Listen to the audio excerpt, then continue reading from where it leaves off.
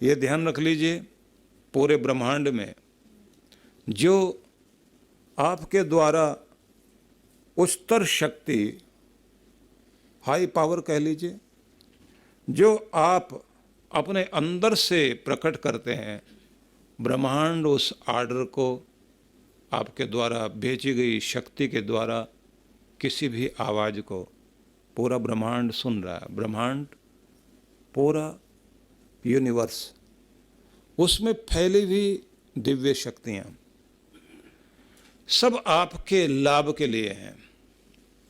हम ऐसे समझें, एक नीम का पेड़ जिस पर आपका कभी ध्यान नहीं जाता, वो है क्यों आप नहीं समझते कभी। कोई भी पेड़ खड़ा है, वो क्यों खड़ा है आपको नहीं पता, लेकिन वो आपसे मित्रता कर रहा है, आपके लिए ऑक्सीजन, प्राणवायु, जीवनी शक्ति सब आपकी तरफ भेज रहा है। आप ले रहे हो, आप उसकी तरफ ध्यान दे नहीं रहे, लेकिन वो अपना काम कर रहा है। एक नन्ही सी उगती हुई दूब घास, वो भी आपकी ज़िंदगी को सुखद बनाने में अपना रोल अदा कर रहे हैं। और तो और बेलें, पत्तियाँ, घास, ये सब आपके जीवन के लिए सुखद वातावरण बना रहे हैं। आपको नहीं लगेगा, लेकिन वहाँ चले जाइए जहाँ बर्फीले पहाड़ हैं और दूर दूर तक भी कोई भी पेड़ पौधा नहीं है। वहाँ पहुँचने के बाद आपके लिए एक मुश्किल होती है, सांस लेने में कठिनाई। और आगे चले जाएं तो आपको लगता है कि अब सांस फूलने लग रहा है, चलना मुश्किल हो जाएगा। सियाचिन ग्लेशियर में जहाँ हमारे फौजी पहरा दे रहे हैं देश की सुरक्षा के लिए, अब वहाँ की स्थिति ये है, आप देखें कि कोई भी नया आदमी जाएगा तो फेफड़े सूज जाते हैं, ऑक्सीजन की समस्या हो जाती है, तो उनको पहले आराम से केबिन में रखते हैं, थोड़ी ऑक्सीजन देते हैं या कुछ और व्यवस्था करते हैं, तैयार करते हैं, ट्रेंड करते हैं। उसके बाद कहते हैं कि अब आप आगे जाइए। फिर उनको सही जगह पर, जहाँ पर उनको अपना कार्य करना, वहाँ भेजा जाता है। तो आप समझ सकते हैं कि वहाँ वनस्पतियाँ नहीं हैं, वहाँ पेड़ पौधे नहीं हैं, ऑक्सीजन भी की मात्रा कम है। तब हम पे पता लगता है ये पेड़ पौधे, ये ऑक्सीजन के सिलेंडर हैं, आपको जिंदगी दे रहे हैं। फिर आपको लगेगा केवल इतना ही नहीं, जिन नक्षत्रों के बारे में आप जानते ही नहीं कभी, आपने तो मंगल, बुध, ग्रह, इन सब के बारे में सुना। अब टीचर ने बच्चे से पूछा कि ग्रहों के नाम बताओ, कि मंगल, बुध, बृहस्पति। बोले और सुनाओ, बोले और तो सब ठीक है, घर में अच्छा सुख शांति है, और आप सुनाओ। बोले मैं हाल नहीं पूछ रहा हूँ, और सुनाओ का मतलब और बताओ, तीन ही तो बताए अभी। अब अगर देखा जाए तो जितने ग्रह नक्षत्र हैं आसमान में, आप तो उनका नाम तक भी नहीं जानते, कितने हैं और कौन है। सब अपनी तरफ से आपको जिंदगी देने के लिए किरणें फेंक रहे हैं। अब ये सारी किरणें जो आपकी तरफ आ रही हैं, आपकी ज़िंदगी को आसान बनाने के लिए, पूरा संसार आपको सुखद वातावरण दे रहा है।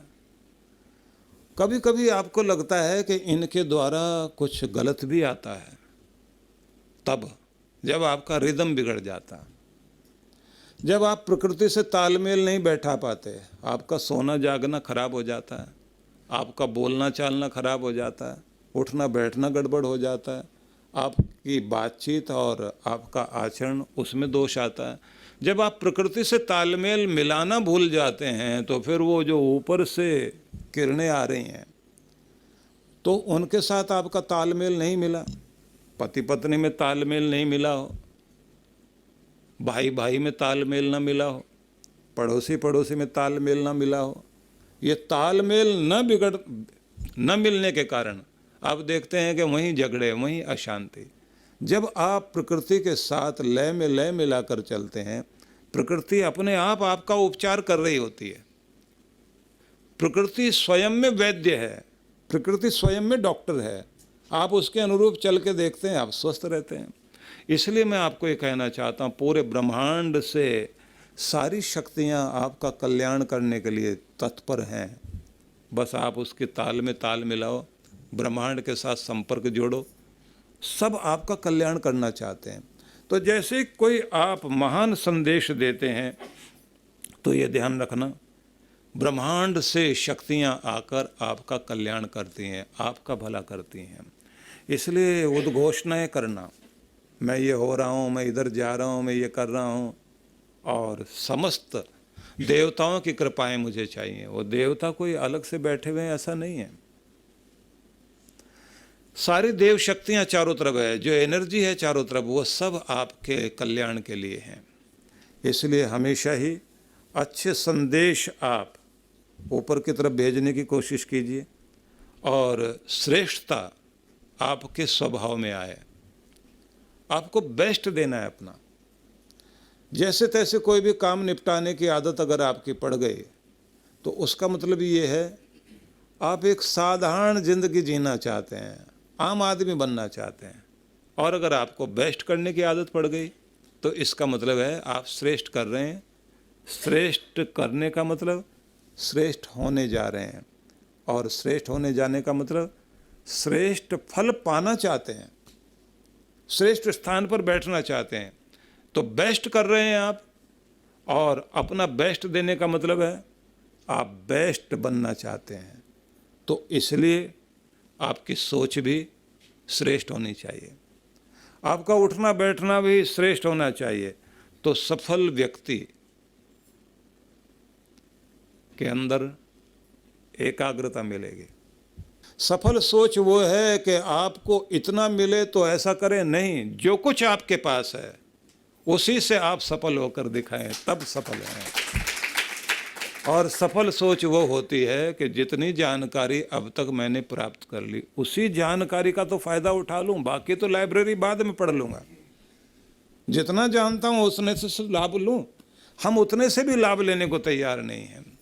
और ज़्यादा सफल लोग वे हैं जो जान लिया उसका भी लाभ लेते हैं, और नया जानने के लिए सदा तैयार रहते हैं। अगर आप सफल बनना चाहते हैं तो सफल सोच भी तो चाहिए, समृद्ध बनना चाहते हैं समृद्ध सोच तो चाहिए, आप ऊंचा उठना चाहते हैं तो ऊंची उड़ान के लिए आपके अंदर ऊंचे विचार भी तो चाहिए। जिंदगी को आप ऊंचे सिंहासन पर ले जाना चाहते हैं तो उसके लिए आपको अंदर तैयारी भी तो करनी पड़ेगी। और अगर आप तैयारी नहीं करेंगे तो फिर कोई आकर आपकी किस्मत नहीं बना सकता। कोई आएगा चमत्कार कर दे, और अगर वो बाई चांस कोई चमत्कार हो भी जाएगा, वो ज़्यादा देर तक चीज टिकेगी नहीं। भारतीय लोगों ने एक परंपरा चलाई, बड़ों के आगे सिर झुकाओ, मंदिर के आगे माथा टेको, गुरु के सामने जाकर गुरु की मेहर भरी दृष्टि माथे पर पड़े, कभी सिर पर हाथ भी आ जाए तो बहुत अच्छा। कारण क्या है? सब यही कहते हैं, बस बुद्धि सुबुद्धि बनी रहे, अक्ल ठिकाने पर रहे, दिमाग खराब ना हो, इस पर कृपा हो जाए। कोई ये नहीं कहता कि गुरु का हाथ पीठ पे आ जाए, गुरु हाथ पे हाथ रख दे, नहीं, सब यही कहते हैं माथे पर हाथ रख दे या माथे पर कृपा कर दे। सिर को झुकाना चाहते हैं सब, सिर झुका करके एक ही चीज़ पाना चाहते हैं, ये हमारी बुद्धि सुबुद्धि रहे। क्योंकि जहाँ सुमति तहाँ संपत्ति नाना, सब तरह की संपत्ति वहीं तो है जहाँ सुमति है, और जहाँ कुमति है वहाँ तो तरह तरह की विपदाएं अपने आप आएंगी। इसलिए ये ध्यान रख लेना, एक ऊंची सोच आपकी बने, इस पर आपको कार्य करना होगा।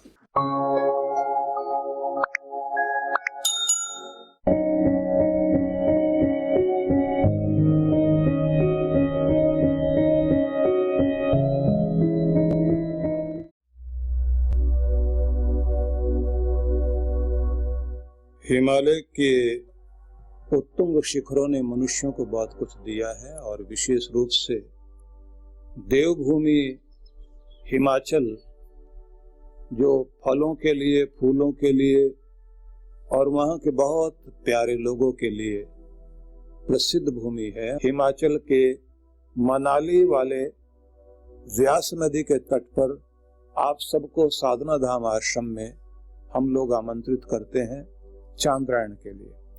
चांद्रायण तप वह तप है जिसके द्वारा हम अपने अनेक तरह के पाप पंख को धोने के लिए, अपने चित्त को निर्मल करने के लिए और अपना भावी जीवन उत्कृष्ट बनाने के लिए हमें अवसर मिलता है।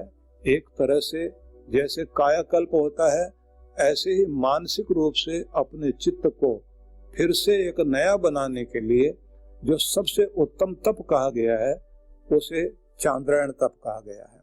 धौलाधार पहाड़ियों के मध्य व्यास नदी के तट पर प्रकृति के उस सुंदर सुरम्य वातावरण में तप करने का सुंदर अवसर है हम सभी के लिए। 22 मई से लेकर के 6 जून 2021 तक के लिए ये सुंदर अवसर है। इसमें आप लोग पधार सकते हैं, इसका लाभ ले सकते हैं।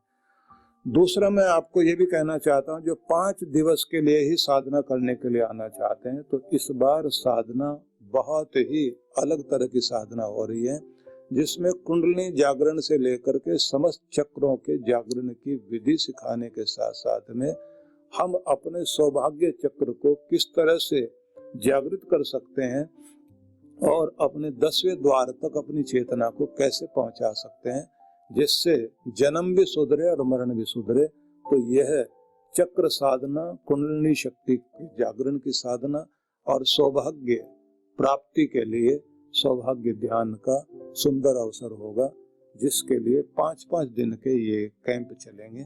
मैं आमंत्रित करता हूँ आप सभी को कि आप आइए और इसमें भाग लीजिए।